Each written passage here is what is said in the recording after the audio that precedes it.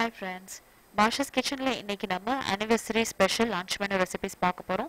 இதுல இன்னைக்கு நான் 4 வகையான recipes prepare பண்ணிருக்கேன். இந்த வரிசையில இன்னைக்கு நம்ம இந்த வீடியோல பார்க்க போறது biryani side dish chicken gravy recipe எப்படி செய்யறதுன்னு தான் பார்க்க போறோம். வாங்க பார்க்கலாம்.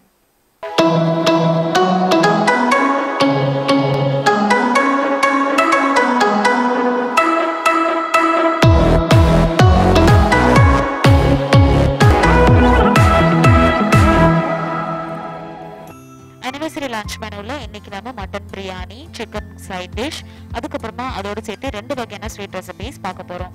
இந்த எல்லா ரெசிபீஸையும் இந்த வீடியோல நான் கவர் பண்ண போறதில்ல. இந்த வீடியோல நம்ம chicken gravy எப்படி செய்யறது அப்படின்றத பார்க்க போறோம். பாக்கி இருக்கிற ரெசிபீஸ் எல்லாம் நான் உங்களுக்கு அப்கமிங் வீடியோஸ்ல போஸ்ட் பண்றேன்.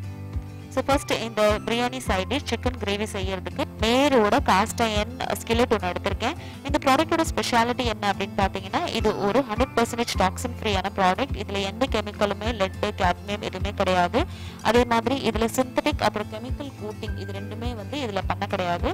இது ஒரு ஹெவி கேஜ் பாடி அப்படின்றதுனால நல்ல டியூரபிளாவும் இருக்கும். அதே மாதிரி லைஃப் டைம் வாரண்டி வந்து இந்த ப்ராடக்ட்க்கு நமக்கு வந்து கிடைக்குது. இது 100% அயன் ஒரு கன்ஸ்ட்ரக்ஷன்ல செஞ்சது அப்படின்றதுனால நமக்கு வந்து ஹீட் வந்து நாலா பக்கமும் ஸ்ப்ரெட் பண்ணி சாப்பாடு நல்ல நேரம் வந்து கொஞ்ச நேரம் நமக்கு ஹீட்டா இருக்கிறதுக்கு நமக்கு நல்லா ஹெல்ப் பண்ணும். அதே மாதிரி நம்மளோட குக்கிங் கேஸ் அப்புறம் நம்மளோட டைம் ரெண்டுமே வந்து நல்லா சேவ் பண்ணுது. இது வந்து அயன் ஸ்கில்லெட் அப்படின்றதுனால இது வந்து நமக்கு ஹை ஹீட் குக்கிங்கும் வந்து நமக்கு இது ஈஸியா வந்து நமக்கு கவர் ஆகும். அதே மாதிரி நம்ம டைரக்ட் ஃப்ளேம்ல வச்சு நல்ல ஸ்பீடான ஃப்ளேம்லயும் வந்து சீக்கிரமா குக் பண்ணணும் அப்படின்னு நினைக்கும் போது இந்த ஸ்கில்லெட் வந்து நம்ம யூஸ் பண்ணிக்கலாம். இதை வந்து நம்ம ரெகுலரா ப்ரீ சீசன் பண்றதுக்கு கழுவி வச்ச உடனே வந்து 100% வெஜிடபிள் ஆயில் வச்சு ப்ரீ சீசன் பண்ணோம் அப்படின்னா ஒரு நான்ஸ்டிக் பேன் எந்த அளவுக்கு நம்மளுக்கு வந்து பெர்ஃபார்மன்ஸ் கொடுக்குமோ அந்த அளவுக்கு வந்து நம்மளுக்கு இந்த அயன் ஸ்கில்லெட் நம்மளுக்கு பெர்ஃபார்மன்ஸ் கொடுக்கும். இதை பத்தியான டீடைல்ஸ் இன்னும் உங்களுக்கு வேணும் அப்படின்னா கீழே டிஸ்கிரிப்ஷன் பாக்ஸ்ல லிங்க் பாருங்க. வாங்கணும்னு நினைக்கிறவங்க கீழே கொடுத்துருக்க வெப்சைட் லிங்க் கிளிக் பண்ணி வாங்கிக்கலாம். அதே மாதிரி பாஷாஸ் கிச்சனுக்கு கொடுத்த டிஸ்கவுண்ட் கூப்பனை யூஸ் பண்ணி வாங்கிக்கலாம். எண்ணெய் ஊற்றிட்டு பட்டை கிராம்பு ஏலக்காய் போட்டு தாளிச்சுட்டு ஸ்லைஸ் பண்ணி எடுத்து வச்சுக்க வெங்காயத்தை போட்டு நல்லா வதக்குனதுக்கு அப்புறமா இதில் அடுத்ததாக தக்காளி சேர்த்துக்கலாம். 2 வெங்காயம் சேர்த்துக்கிட்டிங்கன்னா ஒரு தக்காளி இந்த ரெசிபிக்கு போதும். சாரி ஃப்ரெண்ட்ஸ், எனக்கு கொஞ்சம் த்ரோட் இன்ஃபெக்ஷன் இருக்குது அப்படின்றதுனால என்னோட வாய்ஸ் வந்து கொஞ்சம் டிஃப்ரெண்ட்டாக கேட்குது உங்களுக்கு. அதனால தான் நான் லாஸ்ட் வீக் கூட நான் போட்ட வீடியோ எதுலேயுமே வந்து என்னோட வாய்ஸ் ஓவர் நான் பண்ணலை. ஏன்னா வந்து என்னோட த்ரோட் ரொம்ப ரொம்ப மோசமான நிலைமையில இருந்துச்சு அப்படின்றதுனால. பட் இந்த ரெசிபி வீடியோ வந்து உங்களுக்கு என்னோட வாய்ஸை வந்து பற்படுத்தாமல் நீங்கள் வந்து கண்டிப்பாக பார்ப்பீங்க அப்படின்ற நம்பிக்கையில் தான் போட்டிருக்கேன். அடுத்ததான் பொடி பொடியாக நறுக்குன இஞ்சி பூண்டு இதை நம்ம சேர்த்துக்கலாம். இந்த ரெசிபியில் வந்து நம்மளுக்கு டிஃப்ரெண்ட்டான டேஸ்ட் கொடுக்க போகிறது இந்த பொடி பொடியாக நறுக்கி போட்ட இஞ்சி பூண்டு தான். இஞ்சி பூண்டு பேஸ்ட் போடாமல் இந்த மாதிரி பொடி பொடியாக நறுக்கி போட்டிங்க அப்படின்னா அதோட ஃப்ளேவரும் அதோட டெக்ஸ்டரும் ரொம்ப டிஃப்ரெண்ட்டாக இருக்கும். இது கொஞ்சம் வதங்கினதுக்கு அப்புறமா இப்போ நம்ம க்ளீன் பண்ணி எடுத்து வச்சிருக்கிற சிக்கன் பீசஸ் எல்லாம் சேர்த்துக்கோங்க. சிக்கன் பீசஸை ஒரு 2 நிமிஷத்துக்கு நல்லா வதங்க விடுங்க. அதுக்கப்புறமா இதற்கு தேவையான உப்பு, மஞ்சத்தூள் அப்புறம் வெறும் மிளகாத்தூள் ரெண்டையும் சேர்த்துட்டு எல்லாத்தையும் நல்லா இந்த மாதிரி கலந்து விட்டுக்கோங்க. உங்களுக்கு இந்த ஸ்டேஜில் கறி மசாலா தூள் சேர்த்துக்கணும்னு நினைச்சீங்கன்னா நீங்க சேர்த்துக்கலாம்.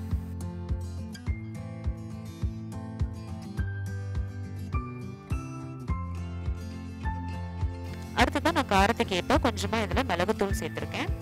மிளகுத்தூளையும் நல்லா எல்லாத்தையும் இந்த மாதிரி கலந்து விட்டுக்கோங்க. இப்போ நம்ம இந்த சிக்கன் பீசஸை வேகிறதுக்காக வெயிட் பண்ணணும். சிக்கனை வந்து இப்போ நம்ம நல்லா வேக வச்சுட்டு அதுக்கப்புறமா கொஞ்சம் ட்ரை பண்ண போறோம். அதனால நம்ம வந்து சிக்கன் வேகிறதுக்கு தேவையான ஒரு கிளாஸ் அளவுக்கு தண்ணி ஊற்றிக்கோங்க.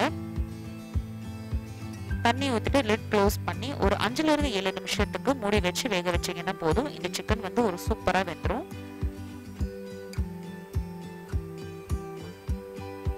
ஒரு 7 நிமிஷத்துக்கு அப்புறம் பாருங்க நம்மளோட சிக்கன்லாம் வந்து எப்படி நம்மளுக்கு எண்ணெய் பிரிஞ்சு நல்லா மேலே இந்த மாதிரி வந்துடணும்.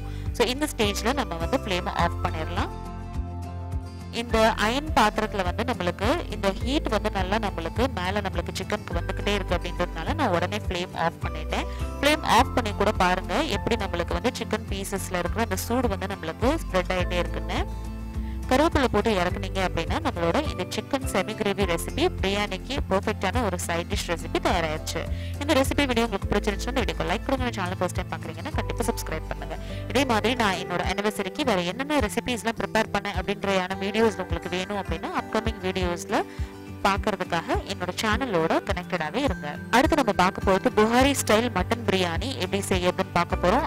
எந்த பிராண்ட் அரிசி நீங்கள் போடுறீங்க, அதே மாதிரி எந்த பிராண்ட் அரிசிக்கு எந்த அளவுக்கு தண்ணி விடணும் அப்படின்ற டீட்டெயில்ஸ் எல்லாமே வந்து அந்த வீடியோவில் உங்க கூட அதில் நான் ஷேர் பண்ண போகிறேன். ஸோ ஆனிவர்சரி ஸ்பெஷலில் வந்து நான் பனானா கஸ்டர்ட் ரெசிபி ஒன்று ப்ரிப்பேர் பண்ணியிருந்தேன். அதே மாதிரி பாஸ்மதி ரைஸ் வச்சு ஒரு ஸ்வீட் ரெசிபி ப்ரிப்பேர் பண்ணியிருந்தேன். இந்த எல்லா ரெசிபி வீடியோவும் கூடிய சீக்கிரத்தில் உங்களுக்காக அப்லோட் பண்ணுறேன். அப்போ வரைக்கும் தேங்க்யூ ஸோ மச் ஃபார் வாட்சிங். பாய்.